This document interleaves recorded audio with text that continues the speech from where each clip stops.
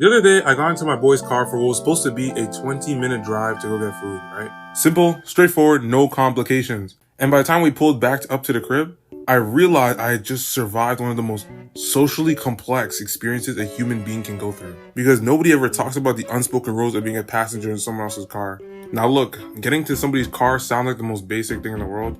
You know, you open the door, you sit down, you put your seatbelt on, done, right? But what they don't tell you is the second you close that door behind you, you just agree to a whole set of terms and conditions you never actually read.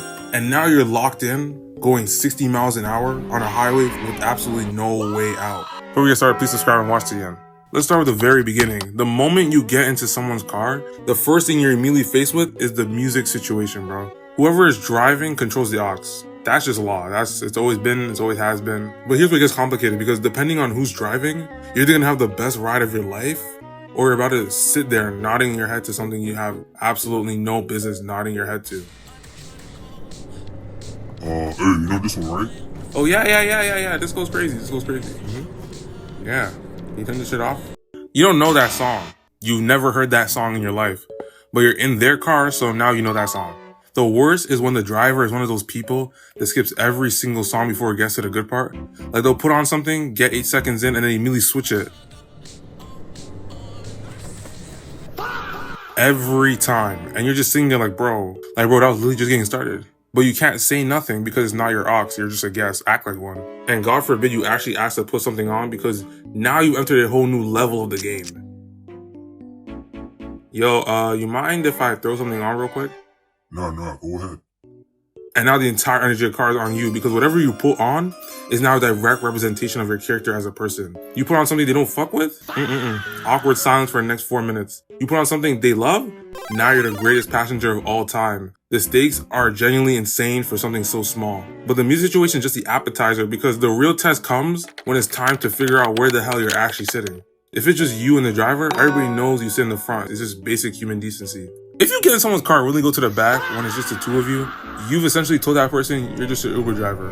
And that's fucked up. And now here's where it gets tricky. What if there's already someone in the front seat when you get in? Now you gotta go to the back. Fine, cool, but nobody ever acknowledges how isolating the back seat actually is, because now you're physically removed from the entire conversation happening in the front. And you're too far to properly contribute, but too close to just fully zone out. So you just sit there doing this thing where you just lean forward slightly every time someone says something funny, so they know you heard it.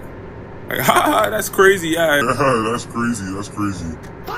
You didn't hear what they just said. You heard maybe 40% of it, but now you're fully committed. Then there's a temperature situation.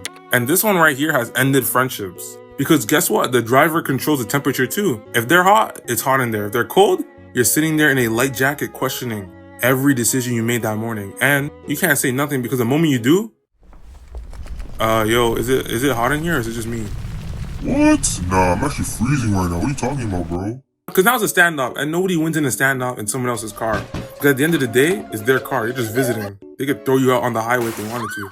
I'll never forget this one time I was in my cousin's car. Now, my cousin specifically is one of those people that drives with a level of confidence that I truly do not understand. Like, I'm talking the kind of driver that uses the horn as a primary form of communication, uses every single lane available to him on the highway, and treats yellow lights as a personal challenge.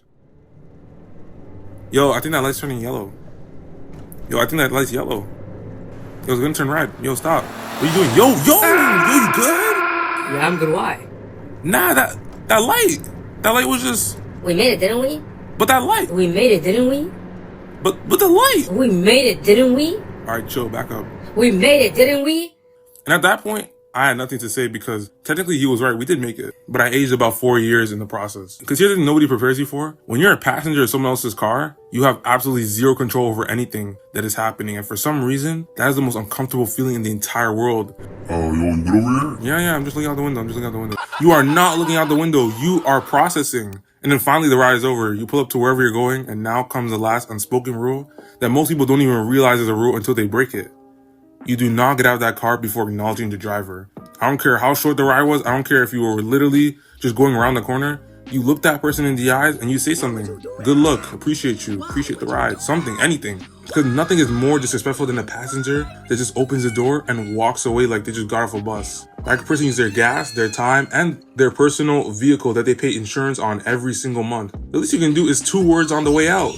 All in all, being a passenger in someone's car is low-key an underrated social experience. You know, there's a hierarchy, there's a whole set of rules, a whole dynamic that nobody ever acknowledges out loud. You know, somehow we just know them. You tell me, do you think the passenger seat reveals how much you actually trust the people around you? Or is it just where you find out real quick you should never, ever allow that nigga near Ox again? Yeah, that's about it. Subscribe, please.